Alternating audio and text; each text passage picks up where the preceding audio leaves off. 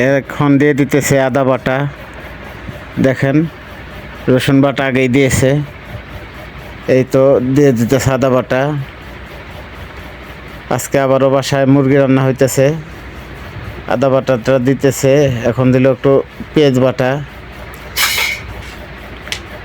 বাটা দিয়ে দিছে। এখন এই যে মাংসগুলো দেখেন ধুয়ে পরিষ্কার করে রাখা হয়েছে, এই যে একটু হালকা কষাইলো।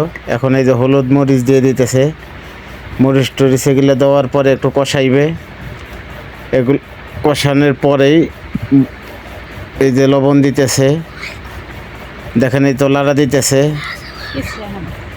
দেখেন কত সুন্দরটা কালারটা চলে আসতেছে। এই দেখুন গোশ দিয়ে দিল, গোশ দিয়ে দেখেন এই তো একটু লাড়া দিতেছে। এই দেখেন একটু পানি দেওয়া হয় নাই, গোছের পানি উঠছে, এগুলো দিয়ে কষাই।